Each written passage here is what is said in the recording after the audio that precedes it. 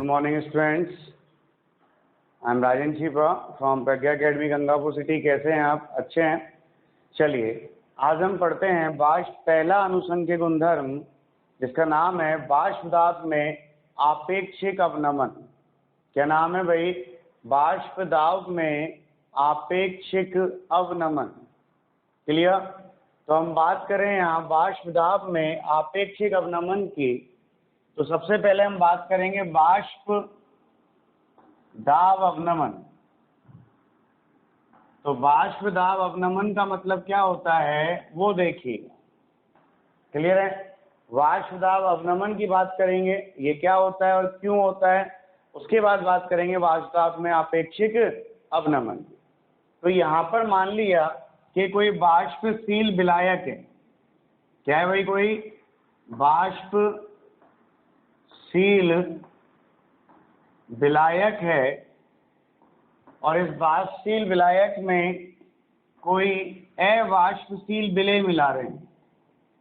क्या मिला रहे हैं भाई? अवाष्पशील विलेय मिलाते हैं।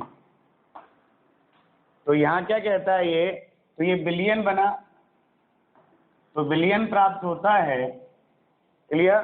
तो जब किसी वाष्पशील विलायक में कोई अवाष्पशील विलेय मिलाया जाता है तो प्राप्त विलयन का जो वाष्प दाब होता है वो शुद्ध विलायक के वाष्प दाब से कम प्राप्त होता है। क्लियर? तो ये तो अवाष्पशील विलेय है, इसका तो कोई वाष्प बनेगी नहीं, तो वाष्प दाब आएगा ही नहीं। तो यहाँ जो विलयन का वाष्प दाब आएगा वो वाष्प दाब इस विलायक के, शुद्ध विलायक के वाष्प दाब से कम प्राप्त होता है। और वाष्प दाब में जो एक कमी आती है यही कहलाती है आपके वाष्प दाब अवनमन। क्या कहलाती है? वाष्प दाब अवनमन। मान लिया कि शुद्ध विलायक का वाष्प दाब P0 है और विलयन का वाष्प दाब PS है, तो वाष्प दाब में जो अवनमन आएगा डेल्टा P, वो आएगा P0 माइनस PS। कितना आएगा delta P? P0 minus PS आएगा। ये वाष्प दाब अवनमन है। तो परिभाषा क्या आई वाष्प दाब अवनमन की? कि जब किसी वाष्पशील विलायक में कोई अवाष्पशील विलेय को घोला जाता है तो प्राप्त विलयन का वाष्प दाब शुद्ध विलायक के वाष्प दाब से कम प्राप्त होता है। इसे ही हम वाष्प दाब अवनमन कहते हैं। क्या कहते हैं भाई? वाष्प दाब अवनमन कहते हैं। अब बात आती है, हमने मान लिया कि शुद्ध विलायक का वाष्प दाब P0 है और विलयन का वाष्प दाब PS है, तो वाष्प दाब में कमी कितनी आई? P0 minus PS। क्लियर? ये कमी आई। कोई कंफ्यूजन है तो आप बताइए। नहीं है? अब हमारे पास सबसे बड़ा क्वेश्चन उठता है, सर वाष्प दाब में कमी क्यों आती है? भाई वाष्प दाब में अवनमन क्यों हुआ? अवाष्पशील विलेय को मिलाने पर। क्या बोला मैंने? अवाष्पशील विलेय को मिलाने पर वाष्प दाब में अवनमन क्यों हुआ वो देखना है अपन को। तो उसे देखने के लिए अपन देखें यहाँ पर, तो आपने ये एक द्रव ले लिया, ये शुद्ध विलायक था,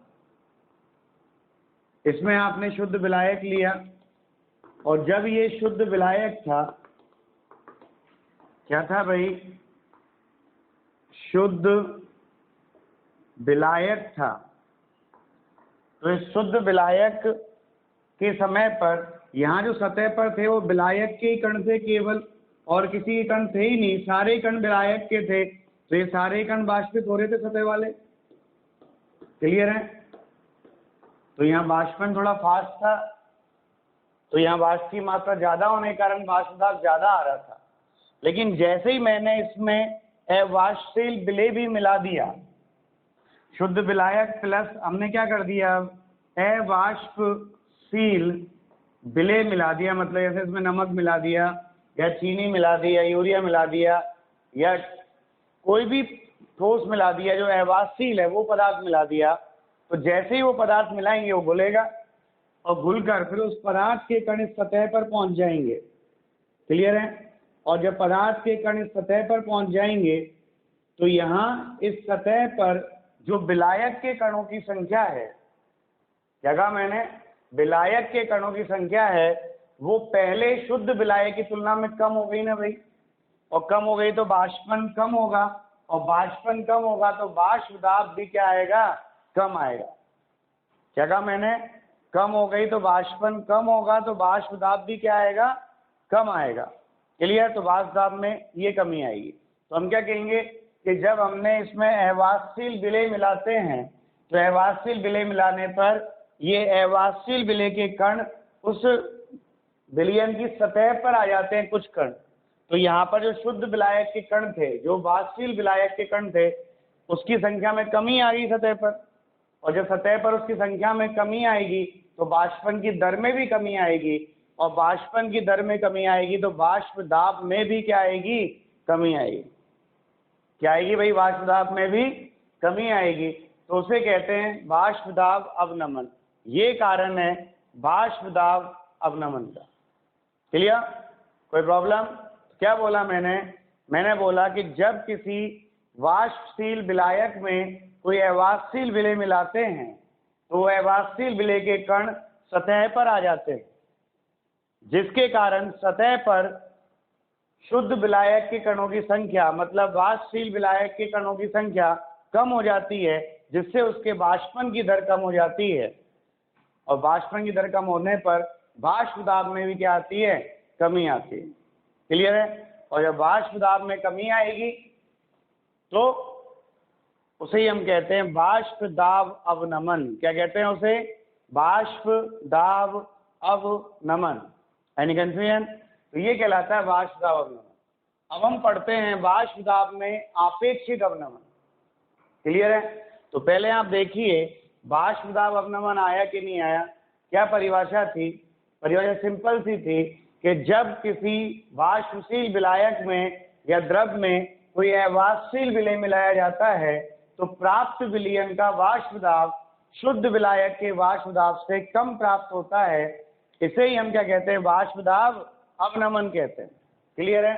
तो वाष्प दाब अवनमन तो क्या आया, वाष्प दाब अवनमन कितना आया, अभी अपन ने देखा यहाँ पर डेल्टा P बराबर आया P नॉट माइनस PS।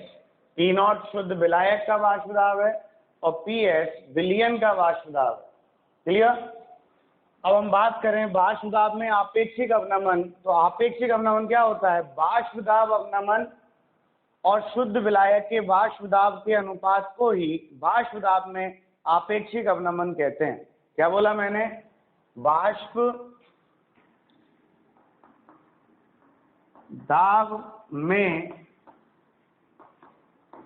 आपेक्षिक अवनमन क्या होता है भाई? ये होता है वाष्प दाब अवनमन बट्टे शुद्ध विलायक का वाष्प दाब। क्लियर? तो वाष्प दाब में आपेक्षिक अवनमन का मतलब क्या होता है, वाष्प दाब अवनमन और शुद्ध विलायक के वाष्प दाब के अनुपात को ही वाष्प दाब में आपेक्षिक अवनमन कहते हैं। मतलब ये हो गया वाष्प दाब में अवनमन तो हो गया डेल्टा P, और शुद्ध विलायक का वाष्प दाब कितना है, P नॉट। ये बराबर कितना हो गया, delta P upon P not, मतलब P not minus PS upon P not. ये कहलाता है वाष्प दाब में आपेक्षिक अवनमन। आपेक्षिक मतलब विलायक की तुलना में कितनी कमी आई, वो आपेक्षिक है। क्लियर है? कोई प्रॉब्लम है तो आप बताइए। तो वाष्प दाब अवनमन क्लियर है? क्या था परिभाषा वाष्प दाब अवनमन की, कि जब किसी शुद्ध विलायक में कोई अवाष्पशील विलेय मिलाया जाता है तो प्राप्त विलयन का वाष्प दाब शुद्ध विलायक के वाष्प दाब से कम होता है। इसे वाष्प दाब में अवनमन कहते हैं। और वाष्प दाब अवनमन और शुद्ध विलायक के वाष्प दाब के अनुपात को वाष्प दाब में आपेक्षिक अवनमन कहते हैं। क्या कहते हैं भाई? वाष्प दाब में आपेक्षिक अवनमन कहते हैं। कोई confusion? Delta P upon P not, तो P not minus PS upon P not. Clear? ये है वाष्प दाब में आपेक्षिक अवनमन। अब हम वाष्प दाब में आपेक्षिक अवनमन तो आ गया, वाष्प दाब में अपेक्षित अवनमन क्या था आपके? वाष्प दाब में अवनमन और शुद्ध विलायक के वाष्प दाब के अनुपात को ही वाष्प दाब में अपेक्षित अवनमन कहते हैं। क्लियर? अब हम यहाँ बात करें वाष्प दाब अवनमन व अवाष्पशील विलेय के अनुभार में संबंध के, उसके अनुभार में क्या संबंध होगा? वाष्प दाब अवनमन में और अवाष्पशील विलेय के अनुभार में। तो हम यहाँ पे बात करते हैं राउल्ट के नियम की। तो राउल्ट का नियम क्या कहता है, आप देखिएगा। राउल्ट के नियम से आपके क्या था? राउल्ट का नियम, राउल्ट का नियम था P total equals to PA naught into XA plus PB naught into XB। ये विलेय है और ये विलायक है। क्लियर? तो आप क्या जानते हैं, और ये सॉलिड विलयन है, तो यहाँ चूंकि P टोटल बराबर तो हो गया PS मान लिया भाई, कुल जो विलयन का कुल दाब है वो विलयन का दाब मान लिया PS, और विलायक का दाब क्या है? PV नॉट है, तो PV नॉट को सिंपल P नॉट मान लिए। ठीक है? और अवाष्पशील विलायक, जो अवाष्पशील विलेय है, अवाष्पशील विलेय का वाष्प दाब जो होगा कितना? PA not. जब विलेय क्या है आपका? अवाष्पशील विलेय है। क्या है भाई? अवाष्पशील, मतलब उसकी वाष्प ही नहीं बन रही, और जब वाष्प ही नहीं बनेगी तो वाष्प दाब क्या आएगा? 0 आएगा। तो कोई वाष्प दाब आएगा ही नहीं, तो PA नोट बराबर कितना हो जाएगा? 0। तो यहाँ इस समीकरण 1 में PA नोट का मान रख दें। क्लियर? तो यहाँ देखो P टोटल की जगह तो रख दिया मैंने PS बराबर, ये 0 हो गया, ये क्या हो गया? PV की जगह हो गया, PV नॉट की जगह हो गया P not into XV। Clear? कोई दिक्कत? अब यहाँ पे इसको घटा दें अपन, PS। क्लियर? इसको नीचे ले आए, क्या बचेगा? P naught equals to XV। Clear? अब इस इक्वेशन को, इस समीकरण को दोनों तरफ एक में से घटा दें, एक में से घटा दें तो ऐसे कर दें अपन इसको, 1 minus PS upon P not बराबर 1 माइनस XV। क्लियर? एक में से घटा दिया दोनों तरफ। क्लियर?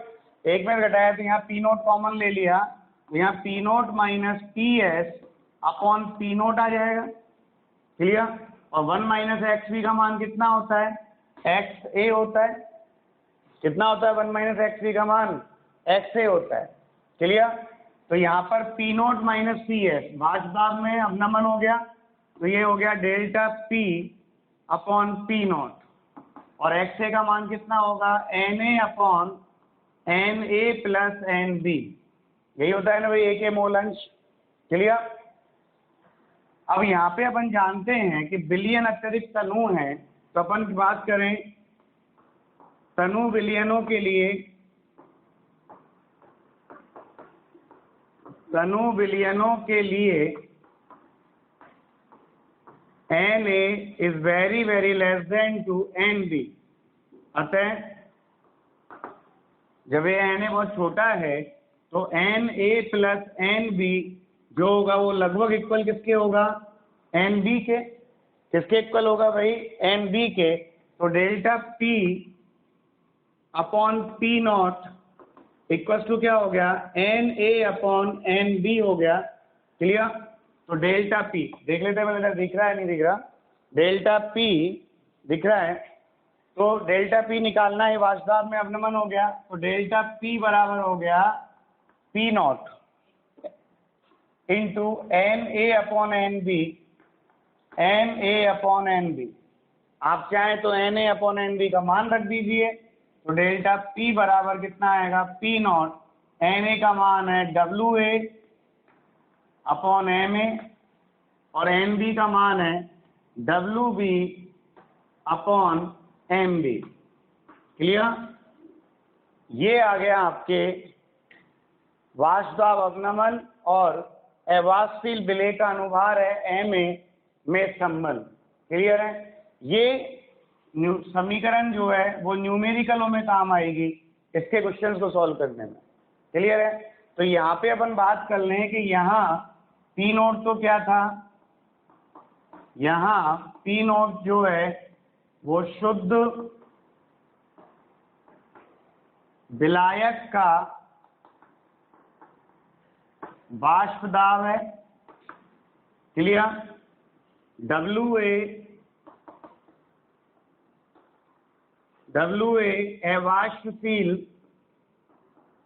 अवाष्पशील विलेय का भार है। क्लियर? और MA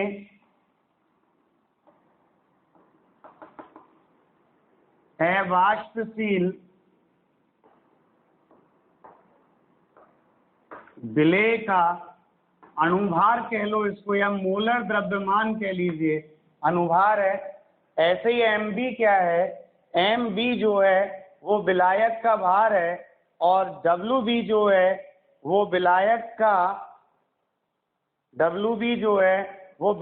का भार, अनुभार है। क्लियर? क्लियर है भाई? दोबारा सुन लीजिए। यहाँ P0 जो है वो शुद्ध विलायक का वाष्प दाब है। क्लियर? WA जो है वो अवाष्पशील विलेय का भार है। MA जो है वो अवाष्पशील विलेय का अनुभार है। WB जो है वो विलायक का भार है, और MB जो है वो विलायक का अनुभार है। क्लियर? कोई टेंशन? तो यहाँ जो डेल्टा P का फॉर्मूला आ गया वो ये वाला आ गया। क्लियर? वो फॉर्मूला क्या आया? डेल्टा P बराबर P0 into WA upon MA into MB upon WB।